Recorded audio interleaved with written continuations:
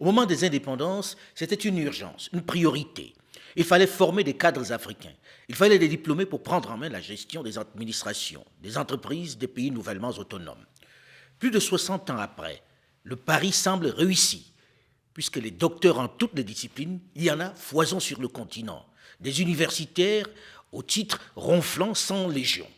Les coopérants blancs ont cédé la place dans les lycées et universités à des nationaux. La plupart de nos États sont désormais gérés par des grands diplômés. Ils ont presque tous remplacé les télégraphistes, les instituteurs, les bidas placés par le colonisateur au moment du départ. C'est clair, les cursus des chefs d'État et de leurs ministres en Afrique fait aujourd'hui pâlir même certaines nations occidentales, tellement ils sont diplômés. Mais curieusement, les choses ne vont pas pour autant mieux. Dans la majorité des pays, les populations semblent nostalgiques des pères des indépendances et ironisent même de plus en plus sur ces intellectuels, ces longs crayons, ces cadres qui ont souvent fait pire que leurs parents. Ces diplômés qui manquent d'engagement, qui sont plus dans le mimétisme que dans la recherche des solutions adaptées à leur environnement. Bref, le débat sur le rôle des intellectuels se passionne, notamment dans les milieux populaires où ils sont de plus en plus perçus comme les responsables de l'échec, du non-développement de l'Afrique. Quel est le rôle de l'intellectuel africain qui peut être considéré comme intellectuel? C'est quoi les critères pour le définir? N'a-t-on pas plus fabriqué des diplômés et non des intellectuels? Bonjour à tous et bienvenue dans le débat africain consacré ce dimanche à notre élite, à nos diplômés. Avec sur ce plateau, installé à Bamako, plusieurs invités. D'abord, M. Mossadegh Bali, chef d'entreprise, fondateur et président du groupe Azalaï, groupe hôtelier africain présent dans de nombreux pays subsahariens. Bonjour, M. Mossadegh Bali. Bonjour, Alain. Merci d'être là. Notre second invité est Maître Fatoumata Sidibé Diarra, avocate au barreau de Paris et du Mali. Bonjour, Maître Fatoumata Sidibé Diarra. Bonjour, Alain Foucault. Merci. Notre troisième invité est M. Youba Sokona, scientifique malien, vice-président du GIEC, le groupe intergouvernemental d'experts sur l'évolution du climat. Bonjour et merci d'être là. Bonjour, Alain. Quatrième invité de ce plateau, M. Karim Sy, fondateur, président de Jocolabs Global, membre conseil national du numérique. Il faisait partie du conseil présidentiel pour l'Afrique du président Emmanuel Macron. Bonjour Karim Sy. Bonjour Alain. Alors merci d'être là. Ce débat passionne, ce débat divise et on se regarde souvent en chien de faïence lorsque l'on en parle. C'est quoi un intellectuel en Afrique? Comment on définit l'intellectuel en Afrique? C'est celui qui a passé beaucoup de diplômes, qui est docteur en je ne sais pas trop quoi, qui a beaucoup de doctorats, ou bien c'est qui? Là, j'ai envie de commencer par Mossadegh Bali. Merci Alain Foucault. C'est un sujet brûlant, surtout maintenant dans la plupart de nos pays qui sont, je dirais, en transition ou en crise, tels que le Mali. Pour moi, un intellectuel, c'est d'abord quelqu'un qui a un exercice intellectuel, qui a des compétences intellectuelles, qui est une autorité morale dans son domaine et qui se permet d'émettre des avis sur des sujets qui sortent de son domaine, sans pour autant avoir un exercice ou une pratique dans le domaine politique. Pour moi, c'est ça un intellectuel. Ce n'est pas quelqu'un qui est dans son laboratoire ou qui enseigne et qui reste là. C'est plutôt quelqu'un qui, fort de son esprit, fort de ses connaissances, fort de ses compétences, se permet d'émettre des avis, parfois de tirer la sonnette d'alarme sur des sujets qui concernent la cité. Qui concerne sa cité. Est-ce que vous partagez ce point de vue, Maître Diarra? Oui, tout à fait. Pour moi, un intellectuel, c'est effectivement quelqu'un qui exerce un certain art de l'esprit, qui, fort de ses connaissances, a une certaine maturation de l'esprit critique qui lui permettent justement d'analyser, d'observer et de proposer. Et j'ajouterais que l'intellectuel, justement, fort de ses capacités, doit s'engager, doit s'ériger en autorité, gardien de nos valeurs, gardien de certains principes, et doit faire corps avec la société pour justement mettre des mots, MOTS, sur les mots, MAUX, que nos populations vivent. Donc pour moi, un intellectuel doit faire corps avec la masse, entre guillemets, et être le porte-parole des problèmes de celle-ci, proposer des solutions, mais également s'engager pour l'application de celle-ci. Alors, est-ce que lorsqu'on écoute ces définitions qui se ressemblent, qui sont quasiment les mêmes, le fait qu'il ait une valeur morale, qu'il ait une fonction de proposition, est-ce qu'aujourd'hui, lorsque l'on regarde, nous avons des intellectuels? Y en a-t-il ou pas? C'est ce qu'on a.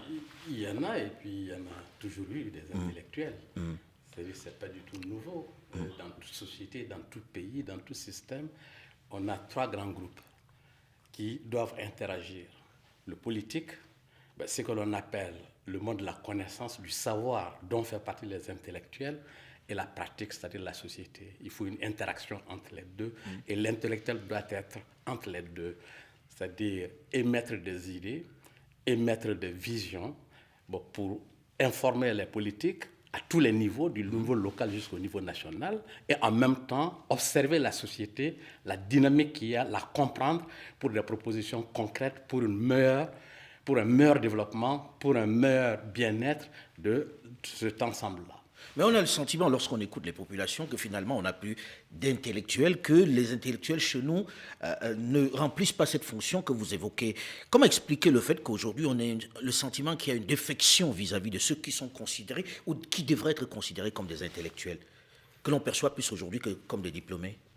Moi, je pense qu'il faut voir peut-être un décalage aujourd'hui avec le terrain. Et je pense que Moussadegh nous a parlé de pratique. Je pense qu'on nous parle d'un savoir là, théorique qui a été acquis à l'école, à l'université, etc. Il y a aussi le savoir pratique du terrain. Moi, je me rappelle quand je suis revenu du Canada au Mali, on avait une pompe à eau manuelle qu'on avait amenée dans les villages. Les gens trouvaient ça fantastique. On avait une expérimentation terrain qui donnait très bien. Et quand on l'a présenté à la foire de Bamako, on a des experts de la Banque mondiale qui étaient venus rigoler de notre pompe. Donc on voit bien le décalage entre les gens qui sont les soi-disant experts internationaux en plus, versus ceux qui sont sur le terrain, qui ont la connaissance de leur problématique. Vous savez, l'étymologie du terme expert, c'est expertus. Quelqu'un qui a une expérience sur quelque chose. Donc je pense qu'aussi, il faut que la connaissance se confronte à la réalité de la pratique et du terrain. Et avec cette conjonction des deux, avec le temps, c'est l'expertise qui se développe, qui peut en plus prendre un décalage par rapport à la théorie. Pour devenir un vrai expert, c'est qu'en fait, on dépasse la théorie pour pouvoir l'appliquer à différents champs de compétences. On entend de plus en plus les gens dire ce que nous avons, c'est des diplômés, c'est des gens qui ont accumulé des connaissances livresques, qui ne sont pas adaptés et qui sont dans le mimétisme. Est-ce qu'on n'exagère pas un peu? Est-ce qu'on ne peut pas, comme ça, accuser l'ensemble de ces diplômés-là de ne pas être utiles à cette société? Vous avez le sentiment que la formation donnée à ces populations, donnée à ces cadres africains n'est pas adaptée à leur environnement? Ou qu'ils ne l'ont pas adaptée? Non, en fait, on peut avoir des diplômes sans être un intellectuel.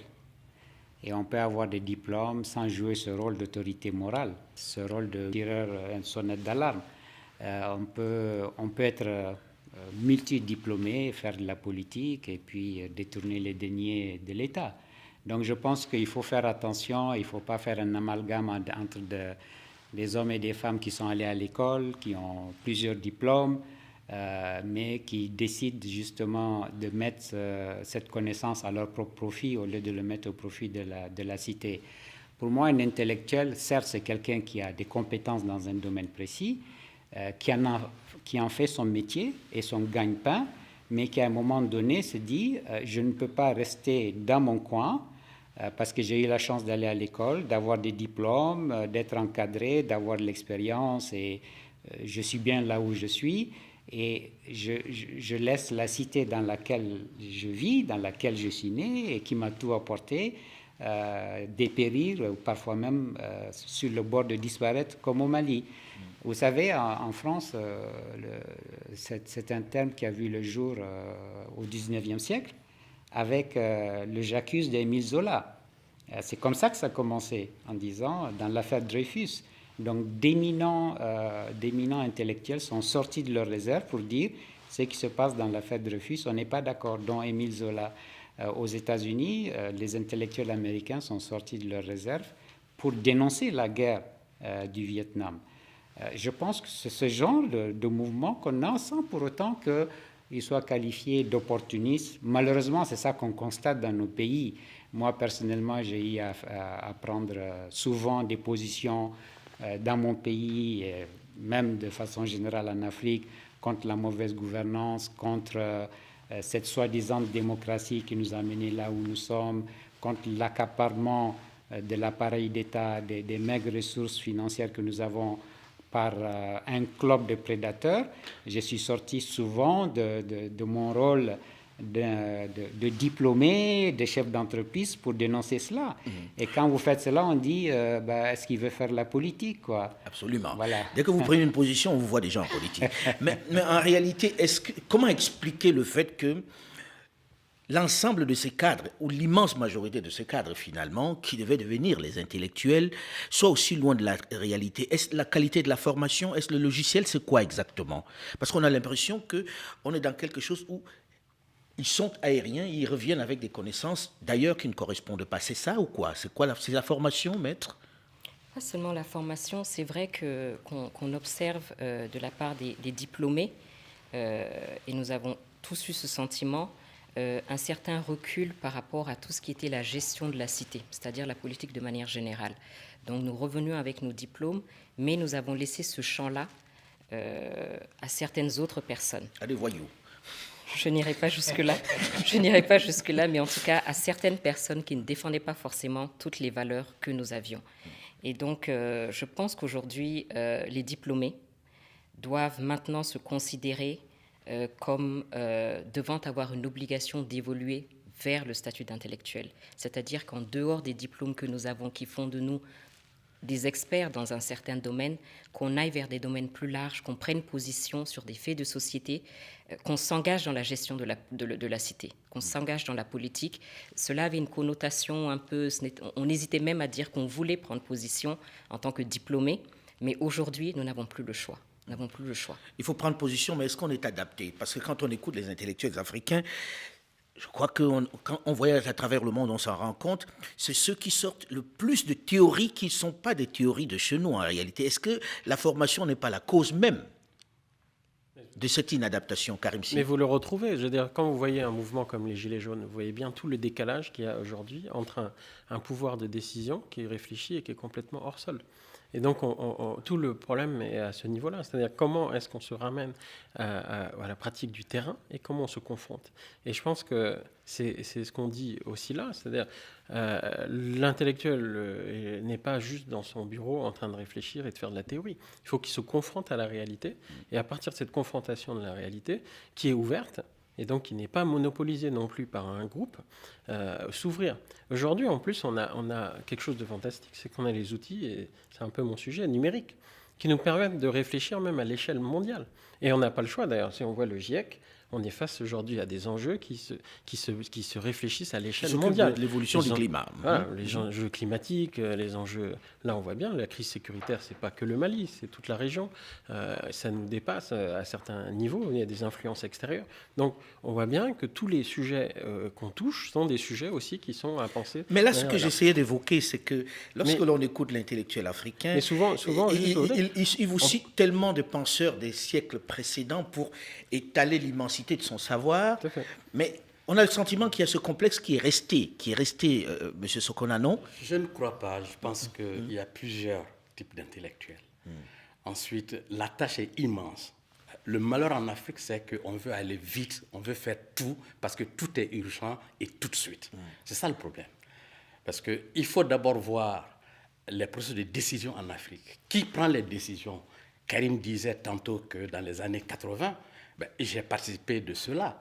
Fabriquer des pompes à mer pour résoudre le problème d'exode, le problème de l'eau dans les pays sahéliens. On n'a pas suffisamment réfléchi sur l'impact et les conséquences des programmes d'ajustement structurel. La base est là. C'est parce que les intellectuels africains également interviennent au niveau international. Parce que le narratif pour le développement de l'Afrique, les perspectives de développement de l'Afrique, ce n'est pas les Africains qui décident. Donc, et les intellectuels également, nous participons de cela, intervenir à ce niveau. Intervenir au niveau du bilatéral. C'est-à-dire qu'on a le sentiment qu'il y a un seul narratif et qu'eux, ils n'existent pas, ils sont plutôt le prolongement de ce narratif. Et vous savez, oui, Jocolab en France, le premier Jocolab, on l'a ouvert au Sénégal.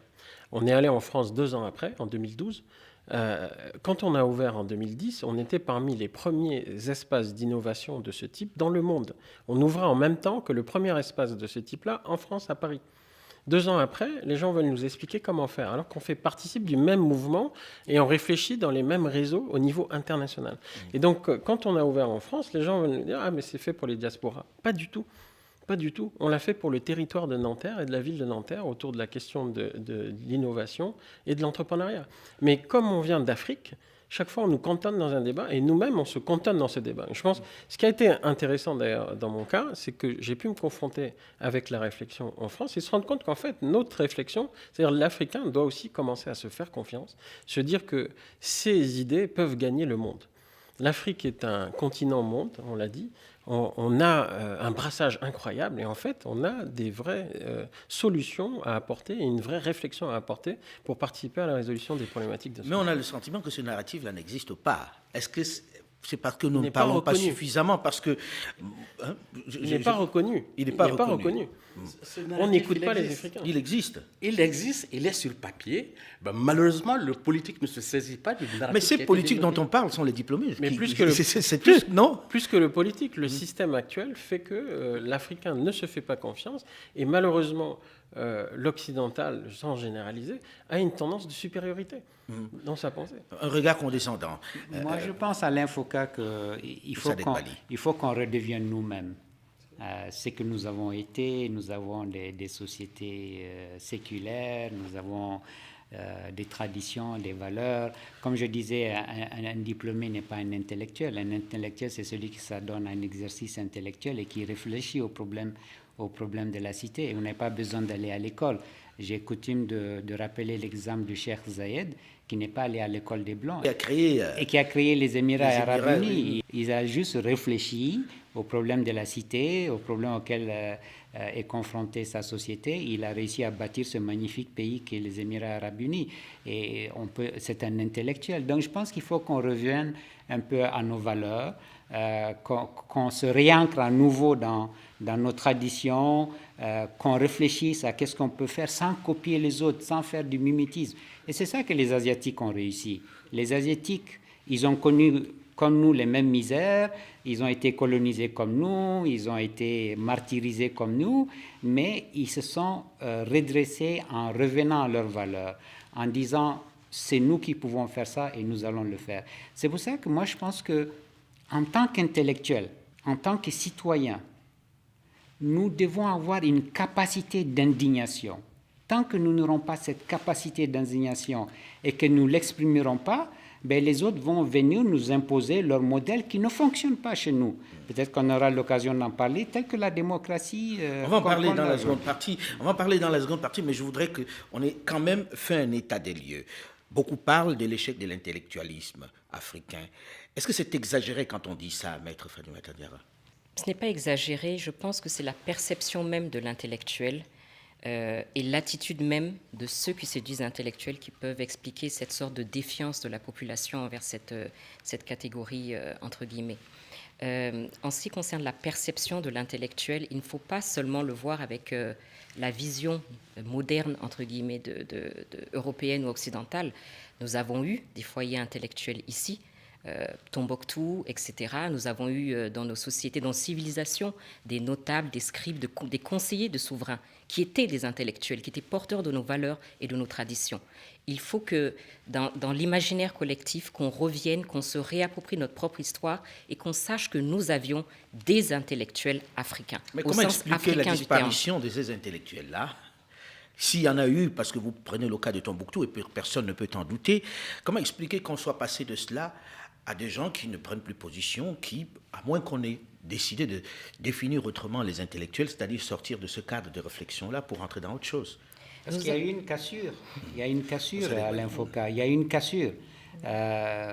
On peut dire que nos sociétés ont été violées par l'Occident. Nos sociétés ont été violées par l'Occident. Et à partir de cette 500-là, nous n'avons pas reconquis notre souveraineté, reconquis comme l'Asie a su le faire après ces colonisations-là. Et gagner confiance en nous, comme il le disait. Absolument. Il faut qu'on ait confiance en nous. Il faut qu'on soit capable de dire aux autres, vos modèles ne fonctionnent pas chez nous. Voilà ce que nos ancêtres faisaient. Nous allons revenir à cela. Ça nous coûtera ce que ça nous coûtera, mais c'est ça qu'on va faire. D'autant plus qu'on est dans un monde qui doit se réinventer. Et donc aujourd'hui, personne n'a le modèle. Personne ne peut se projeter à plus de 5 ans. Donc dans cette réinvention, on a quelque chose à apporter. Dans la première partie, on essayait un peu de faire l'état des lieux. Vous dites, OK, il y a encore des intellectuels, ils sont inaudibles. j'ai envie que quelqu'un me donne des exemples, parce qu'en réalité, quand nous on a fait nos études ici en Afrique, on lisait des auteurs africains à l'école, c'était quasi obligatoire, les Sembène Ousmane, les Camara Laye, les Bernard Dadier, etc. Aujourd'hui, dans les écoles, on ne lit plus ça. Et quand on écoute nos intellectuels, dans des discours, que ce soit politique, que ce soit même en privé, les penseurs qu'ils nous sortent à chaque fois, c'est des grands penseurs des siècles précédents, dans des contrées lointaines. Ils sont américains, ils sont français, ils sont anglais, jamais des penseurs africains. Du coup, ça nous donne l'impression que nous n'avons non seulement pas d'intellectuels, mais qu'en plus, on est complexé. Est-ce du complexe? Est-ce que ça existe, les intellectuels africains? Est-ce nous qui n'arrivons pas à les déterminer? Et qui sont-ils, Karim Sy? Je veux dire, quand je regarde le réseau Jocolab aujourd'hui sur 12, on en a 12 sur 9 pays. Les exemples, effectivement, qu'on entend souvent, on nous parle de Steve Jobs, etc. Et moi, je suis content quand je vois Moussadegh Bali. Et d'ailleurs, je dois le féliciter parce qu'il fait partie de ceux qui participent au jeu et qui viennent transmettre. Et donc, on voit qu'il y a ce besoin aussi de transmission. C'est-à-dire l'effort de l'un. Mais ça devient très individuel, donc, non? Est-ce qu'il n'y a pas moyen de structurer ça comme c'était le cas? D'abord, il y a une dynamique à prendre. C'est-à-dire aussi, on a parlé tout à l'heure de valeurs. Ces valeurs de transmission, on les avait en Afrique. L'aîné qui transmet à son jeune. Donc, ces dynamiques-là, aujourd'hui, sont à recréer. Parce que sinon, on ne le voit pas. Ensuite, médiatiquement, mais ils sont peu mis en avant. Et là, on a un vrai sujet. Je vous ai dit tout à l'heure, on voit bien. Vous allez sur la France, vous regardez qui parle de l'Afrique. C'est principalement des gens qui sont en France. Vous avez très peu qui viennent d'Afrique. Quoi. Donc, en fait, on a un débat avec des lunettes qui sont complètement biaisées. Et ils se plaisent dedans. Ils ont leur prisme, mais en même temps, c'est de bonne mais guerre. Malheureusement, ces médias-là... C'est de bonne guerre. Je veux dire, ils ne vont pas dire ce qui ne les arrange pas. C'est le principe même de créer un média pour soi qui porte votre pensée. Mais qu'est-ce qui fait que de l'autre côté, il n'y ait pas un retour et que nous soyons plutôt quelquefois l'écho de leur pensée, M. Jokona? C'est ce que je disais tantôt. Il y a quand même le processus décisionnel qui décide des choix, qui décide des perspectives. C'est à partir de cela qu'on voit réellement le rôle de l'intellectuel et puis la place de l'intellectuel. Pour revenir sur certains aspects, c'est-à-dire le mimétisme est important, mais le mimétisme constructif. C'est-à-dire qu'on ne peut rien apprendre si on ne copie pas. Il faut commencer par copier. Mais il faut copier dans le vrai sens, dans le bon sens du terme. Ça, c'est un premier élément. Faire une synthèse institutionnel et tout ceci. Deuxièmement, nous, même ici, on est en train de discuter comme si ceux qui excellent dans la chose de l'esprit, dans la réflexion, c'est uniquement en français ou en anglais, ou qui sont allés à l'école française ou à l'école anglaise. On peut aller dans l'école traditionnelle. On a des gens qui réfléchissent, qui ne sont jamais allés à l'école française, qui ne sont jamais allés à l'école anglaise, en Bambara, en Tamashek, en Wolof, et puis j'en passe. Je pense qu'il faudrait qu'on arrive à nous décomplexer. Et puis, également, faire en sorte que ce que l'on appelle réellement, dans notre processus décisionnel, qu'on arrive justement à couper ce lien qui a été établi. Je disais tantôt que les vrais impacts des programmes d'ajustement structurel, c'est maintenant qu'on commence à les sentir. Parce qu'on a fait comprendre aux États, on a fait comprendre aux pays qui n'ont pas besoin de réfléchir, que les experts de la banque réfléchissent pour eux, que les experts du bilatéral réfléchissent pour eux. Qu'il faut baisser les budgets de l'éducation nationale. Et absolument, on a démantelé le système éducationnel et on a dit qu'il faut arrêter les formations à tous les niveaux. Et c'est ce drame-là que l'on vit en ce moment. Et ensuite, on a remis en selle en pensant que démocratie entre guillemets. Justement parce que en 1990, après la Bolle, on est entré dans une grande religion, tous, qui est la religion de la démocratie. C'était ce qui devait tout améliorer, tout devait changer. 30 ans après, pas grand-chose n'a changé, mais on a le sentiment que jusque-là, personne dans l'environnement africain n'a envie de critiquer ce modèle-là, de proposer autre chose ou de le modifier, de l'améliorer. Est-ce qu'on n'a pas aussi une peur de toucher à ce qui a été proposé par les autres parce qu'on n'a pas confiance en nous, maître? Je ne pense pas que ce soit une peur, mais je pense, en tout cas en ce qui concerne le Mali en particulier, que nous ne pouvons pas, au stade où nous sommes aujourd'hui, faire l'économie de cette réflexion. Après 30 ans de démocratie, nous ne pouvons que constater qu'il y a eu beaucoup plus d'échecs que de réussite. Et je pense que nous en sommes tous comptables, nous avons tous observé la situation jusqu'à la déliquescence de notre pays.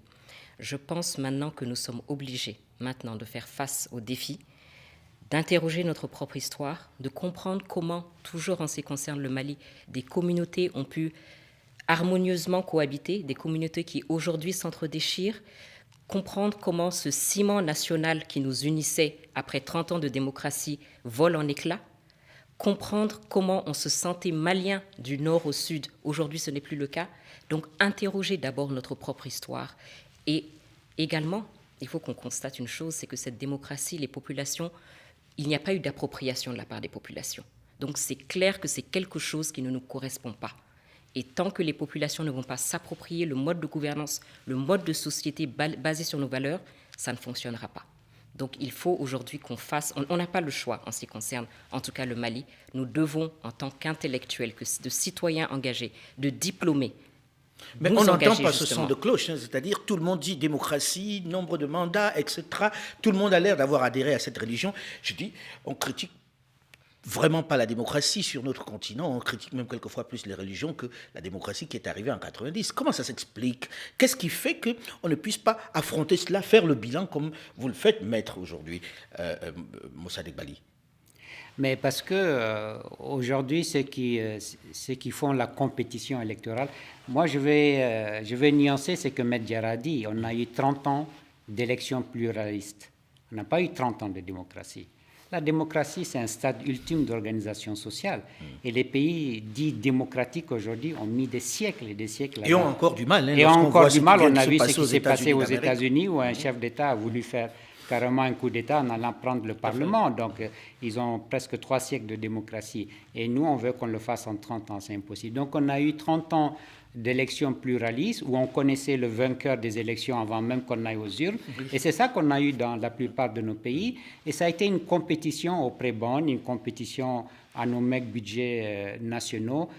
Et c'est là que moi, Alain, et je profite de ce plateau pour aussi j'accuse les intellectuels d'avoir permis cela. En 30 ans, parce que ça n'a pas démarré hier, ça n'a pas démarré il y a 30 jours ou il y a 30 mois. Ça fait 30 ans que, par exemple, mon pays, le Mali, dégringole.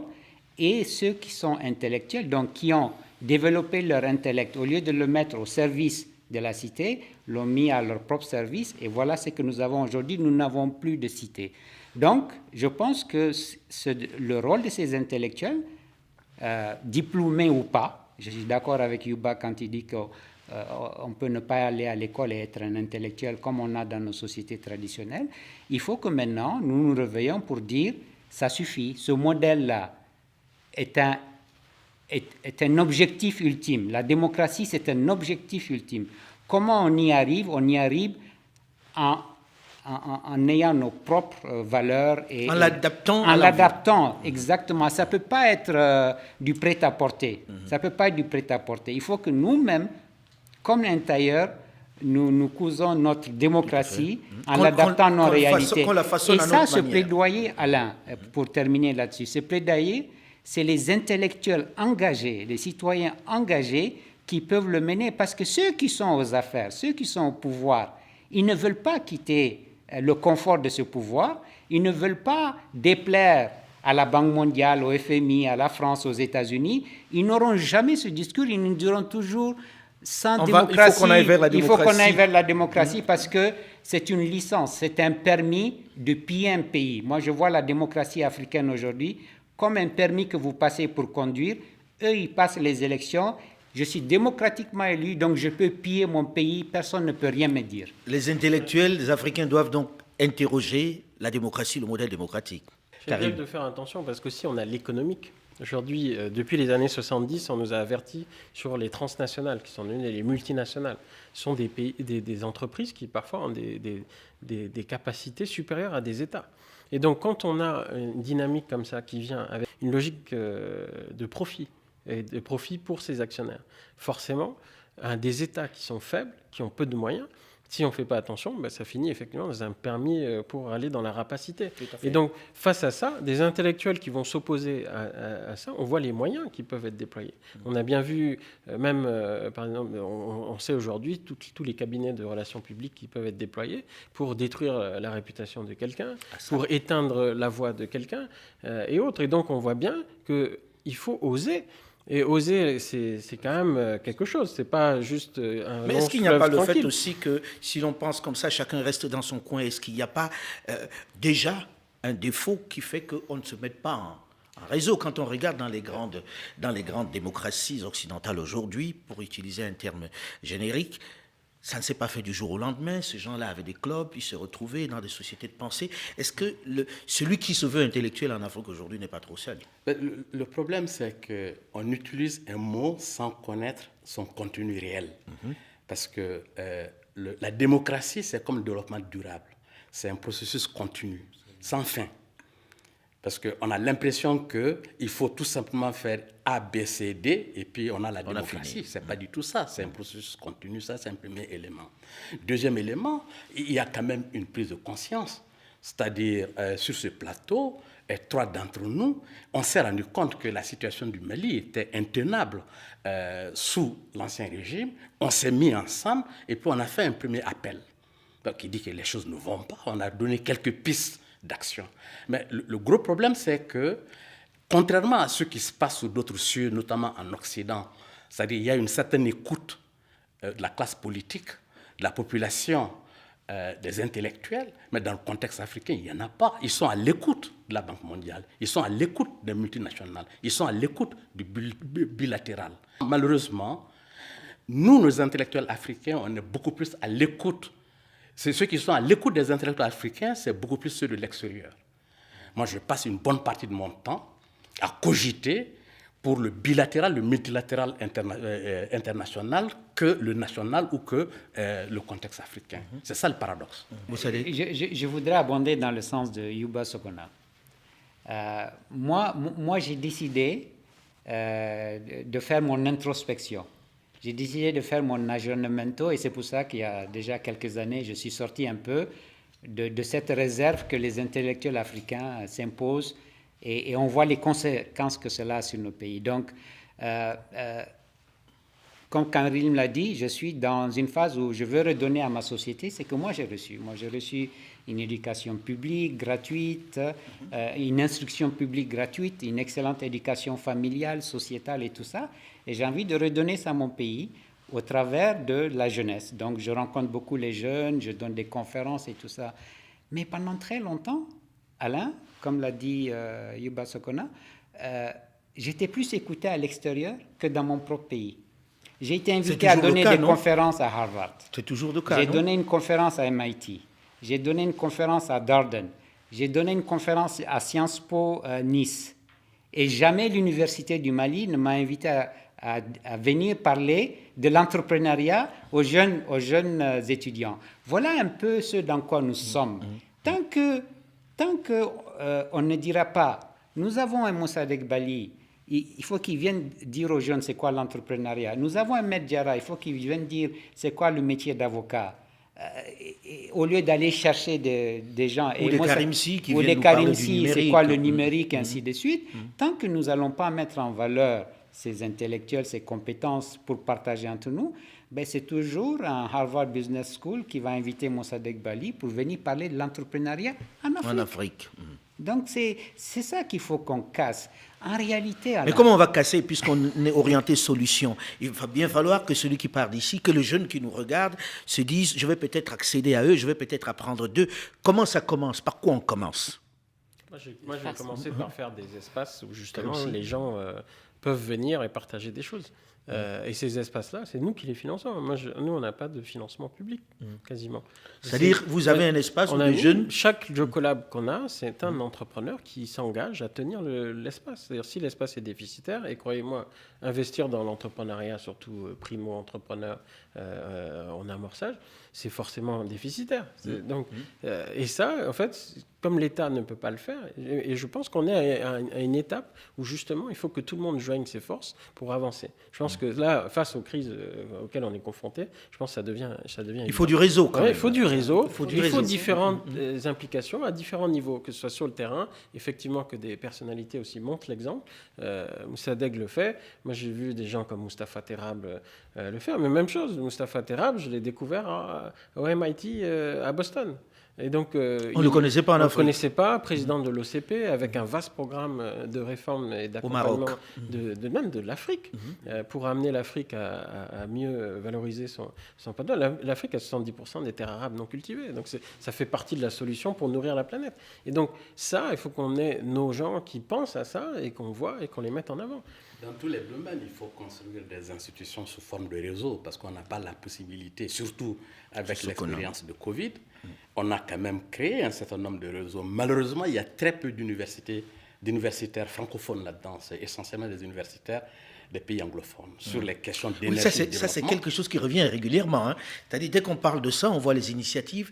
C'est curieusement essentiellement dans les pays d'expression anglaise. Nous avons hérité d'une certaine tradition de la France. C'est-à-dire, entre tout État. C'est-à-dire, quand tu n'es pas dans l'État, tu n'existes pas, tu n'as pas vos chapitres. Alors que dans le système anglo-saxon, c'est totalement différent. Vous savez, ça, on parle de communauté de pratique, on parle de communauté d'intérêt ou d'apprentissage. Et ça, étonnamment, moi, j'ai fait le Canada, par exemple. Vous savez, quand j'étais au Canada, en génie informatique, Jacques Chirac ne savait pas c'était quoi une souris. Donc on voit bien le clivage qu'il y a, et donc aussi il faut reconnaître que le savoir a évolué, et donc il n'est plus géré de la même manière, et il est partagé dans le monde. On voit bien aujourd'hui la redistribution. Quand vous parlez de souris, vous parlez de souris d'ordinateur. Souris d'ordinateur, bien sûr. Parce qu'il y en a quelques-uns qui... Pour un exemple, donner un exemple. Ce qu'on a.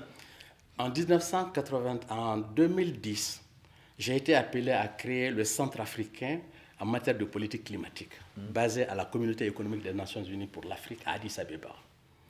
Quand j'ai pris fonction, la première des choses que j'ai fait, c'est comment faire pour attirer les jeunes compétents africains sur la question. J'ai créé un programme en essayant d'attirer 15 jeunes PhD africains, c'est-à-dire où qu'ils soient. C'est la première année, quand on a fait le lancement, sur 15 postes, on a eu 100 applications. Des gens sont venus des États-Unis, sont venus d'Angleterre, sont venus d'un peu partout dans le monde. Ils étaient avec moi dans mon équipe à 10. Ce qu'on avait comme vision, c'était dans 5 ans, avoir une masse critique d'Africains compétents sur tous les aspects du changement climatique. Malheureusement, au bout d'une année, le système s'est grippé, ils ont totalement cassé, et ceux qui étaient venus de l'extérieur sont repartis encore aux États-Unis et ailleurs. Malheureusement. Je pense qu'il faut persévérer. On est orienté solution. Là, je me tourne vers vous, maître Diarra. Quelle solution pour que cette intelligentsia, ces intellectuels, puissent transmettre, puisqu'il s'agit maintenant de la question de transmission, et puissent se décomplexer? Il faut justement qu'on dépasse ce sentiment de complexe, de ce qui vient de l'extérieur est meilleur, qu'on crée des modèles de chez nous et qu'on sache qu'on a des experts en leur domaine chez nous. Chacun a parlé ici un peu de son domaine et des difficultés qu'on avait, puisqu'on pensait que des experts étrangers étaient plus compétents que nous. Moi, je le vois dans le domaine minier. Le Mali est un pays à forte capacité dans ce domaine-là, mais l'État se fait accompagner par des experts étrangers. Et nous avons des capacités au niveau local. L'État ne fait pas confiance aux locaux. Ou ne sait même pas que ces locaux existent et ne cherche même pas à savoir qu'il y a des compétences du même niveau que les conseils étrangers qu'ils font venir. Donc déjà, dépasser ce complexe-là. Ça, c'est la première chose. Comme je le disais, nous réancrer dans ce qui a fait de nous ce que nous étions avant qu'il y ait eu cette cassure, en tirer les leçons, se demander pourquoi il y a cette défiance entre le peuple, les autorités, etc., pousser la réflexion. Et en termes de réseaux, développer des réseaux tels que le cercle de réflexion, le grain, multiplier les appels, mais pas seulement. Au-delà de ça, s'engager réellement dans la gestion de la cité, c'est-à-dire dans la politique et descendre dans l'arène politique. Faire un peu de politique. Descendre dans l'arène politique. Ne pas avoir peur de ça. Très bien. Descendre dans l'arène politique. Que ça ne soit plus un gros mot. Malheureusement, nous arrivons au terme de cette émission. Je pense que la question sur l'intelligentsia africaine doit être débattu, on doit en parler le plus souvent pour définir véritablement quelles sont les orientations à donner à notre cité. Et je termine par là, mais vraiment en un mot. Est-ce qu'on ne devrait pas sortir de ce système qui fait que l'intellectuel africain, c'est celui qui a beaucoup de diplômes, a lu, et on oublie souvent celui qui, par exemple, pense au mobile money, qui est pratique. Est-ce que le créateur du mobile money n'est pas l'intellectuel par excellence, Karim Sy? C'est ce qu'on disait tout à l'heure, c'est de rattacher une connaissance et une pratique avec une problématique du terrain. Surtout que là, on est vraiment dans cette phase-là. Il faut aller vite. Le changement climatique, il n'attend pas. Donc il nous faut arrêter d'être avec des grosses théories. Il faut avoir des gens qui peuvent mettre en pratique et qui fassent en interaction. Des réalités de chez nous et des besoins. Et vous savez, pour les systèmes complexes, pour aller vite, aujourd'hui, on est confronté à des problèmes où il n'y a pas de réponse. Pour trouver ces réponses-là, il faut aller dans des nouvelles conceptions pensées différemment. Nous arrivons malheureusement au terme de cette émission. J'aurais voulu que l'on reste un peu plus longtemps, mais le temps n'est pas extensible. Merci à vous, madame, monsieur, d'avoir accepté de venir en débattre ici. On reviendra sur la question, c'est certain.